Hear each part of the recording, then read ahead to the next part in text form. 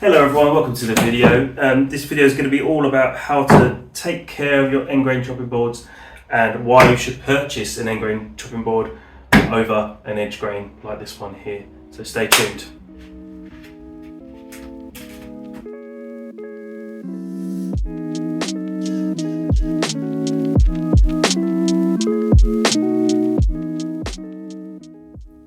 So the first thing we'll be talking about is why you would want to purchase an end grain chopping board over an edge grain board like this one here. First point, this one looks so much better, doesn't it? So much more colour, more character in the board, if that's your kind of thing. Second thing is this one is way more durable than this one. You might notice how, if I bring this one up to the camera, how we've got quite a lot of scarring on the board, all these little scratches all the way around it. These sorts of scratches are caused by cutting on the board. Don't get me wrong, you might get a few scratches on this one, however, because the way the wood is facing upwards, with the end grain facing upwards, gives it far more durability. And to explain that, a good way of explaining it is by using this paintbrush that I have here. So with our wood, so here's a nice piece of wood. This piece of wood was literally used in these boards. So you'll see on our edge here, the grain is running north to south, top to bottom. There you go. On the end, we've got all the ends of all of these tubes. So you can imagine that each piece of grain there is like one of these straws on this paintbrush, one of these bristles, going up vertical like that. So if I was to put my edge down, like on this board, I'd be cutting like this across there. So it's going to be severing all of those tubes as I go. So therefore, they're going to be severed. There's no way to repair them. However, we can stick it upright and we have the end grain facing up this way. Our knife basically splits between the tubes, but then the tubes will come back together, and so it will self-heal, and therefore we're going to be blunting the blade less because we're actually cutting through less material. We're just pushing the fibres to the sides. That's what makes it so much more durable, and if we take the right care with these ones, they can last a lifetime. These ones, unless you want to sand it back constantly, you're always going to get this scarring over time. So here we have our raw unfinished board, ready to be oiled. When you do receive your boards, they're going to go through various treatments of this, but this is just a process of how you would do your maintenance regularly. So first things first, we want to make sure the board is nice and smooth. You could have been cutting, could have had some stains or anything on this, so we're just going to replenish that out. So I use 120 grit sandpaper on these ones. You can use it with an electric sander if you like, but just by hand's fine. Just a very light sanding, basically.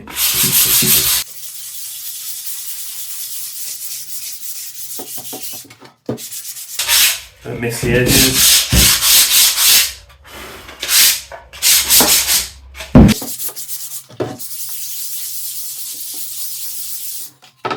So now we've done that sanding, there's going to be a small layer of dust on that board. So we want to make sure we remove that with a very slightly damp cloth.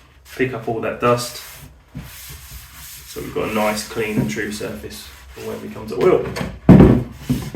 Any of the engravement that you have like that, just a sharp blow into that, clear out any of that dust. Okay. Now I like to use these little standoffs just to raise the board off of the surface that you're oiling. That way you can oil both sides and let it dry as one thing rather than one side at a time. So I normally start with bottom side up, pop it down, and we are ready to start oiling. Now when it comes to oiling the board, it's very important that you use the right type of oil. So you can buy online very easily cutting board oil, which is basically just mineral oil. This one's got a slight orange extract, gives the board like a nice orange smell just for a short period of time, but it's just what I've got here. Alternatives that have been suggested online, baby oil as well, because that is basically just mineral oil and is food safe. But that's the key thing, making sure it's food safe.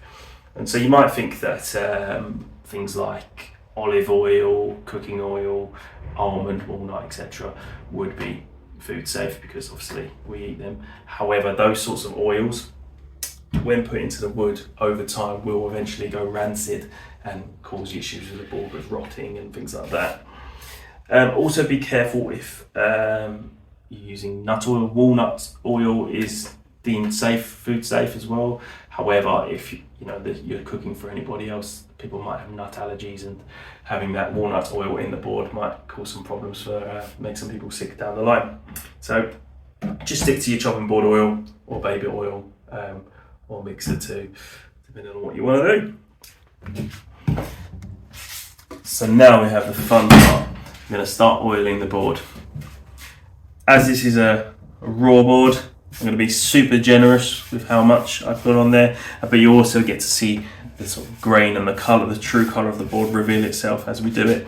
But for you, if you're doing your regular maintenance, you've sanded it down now, you can't put too much oil in. The whole point of having the oil in is to repel water from getting into the wood, so just put as much as you want in there. Like I say, you can't put too much.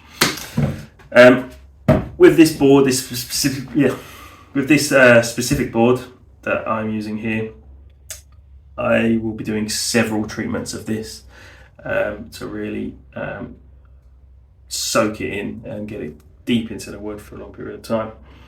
So here we go. Plenty of oil on there.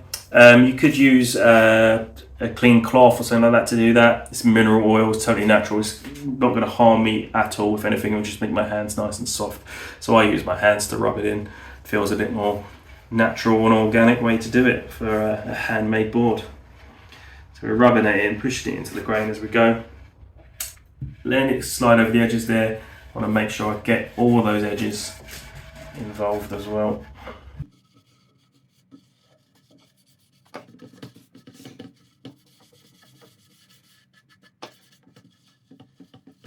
So really get it in there. And already you can see how beautiful this board is now, the colours that have come out of it. And it's as quick as that.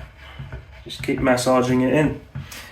If you do have lots of excess, you can wipe that off with a cloth after, leave it 5 minutes and then wipe it off with a cloth in the excess.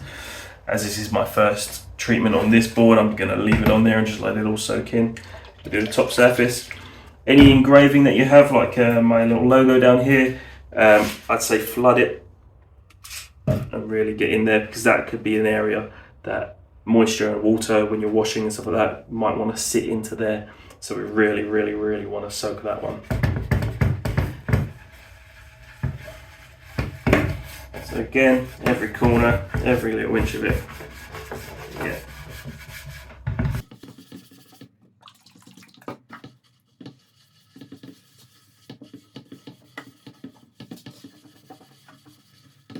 This board's got an engraving on the side, so we're going to absolutely flood that as well. Really get that oil in there. Alright. Easy as that. Now I'm going to let that dry. Soak in. It'll probably take, because this is the initial pour, this wood's going to be thirsty. And it'll probably dry fairly quickly, but our product here tells us to leave it for 1 or 2 hours to penetrate before doing another coat. And like I say, do as many coats as you feel like you want to. The board should come straight back to life really on the first coat, but if you want to put 2 or 3, that's fine. There we go.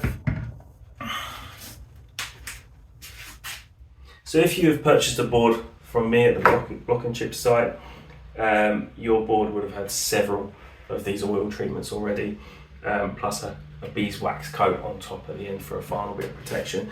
However, to maintain your board and make it last you a whole lifetime, you need to do your own regular maintenance on it. So we'd start with oiling that board once a week for the first month that you purchase it.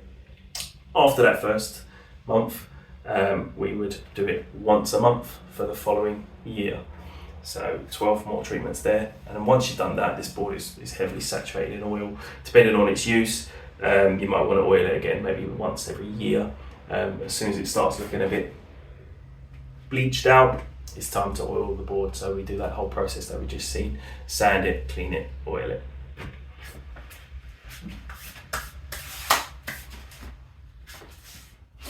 So the final part of our process is to wax the board. This is an optional extra, just to give your board an extra bit of protection. Your boards will come with wax on them already, so feel free to add this step if you wish. This board here has been getting saturated in oil all week, and it's ready for waxing now. So I have got a cutting board wax here. This one comes with the mineral board oil that I bought, so they're a pair. Also has that little orange scent, but any cutting board wax will do. And this is made up of beeswax essentially. Looks like that. It smells great, or maybe not great to some people, but to me it smells great. And how we apply this is with a clean rag. So I've got a nice clean rag here. I'm going to use my little sand ox again. My little plinths here. So the board, again, I'm going to start with the bottom first. And I basically just scoop up a bit of wax onto the cloth, apply it fairly liberally at first, and this should quite easily spread over the board.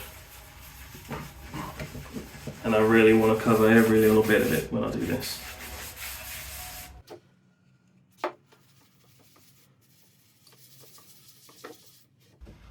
Again, just like with the oil, try not to miss anywhere.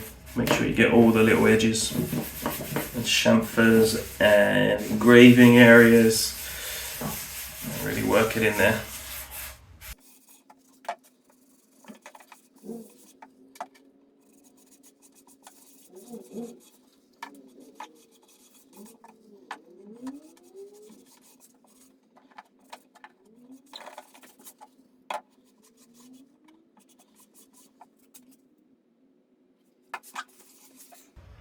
So now we've laid that on fairly liberally. We've got a nice thick coat of wax.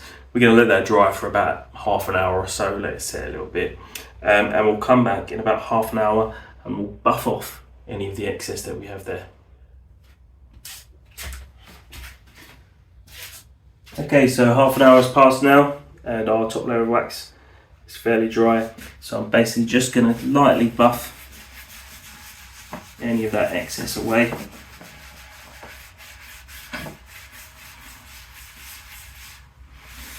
Good idea to have a light above you so you can have a look and see if you can see any streaks.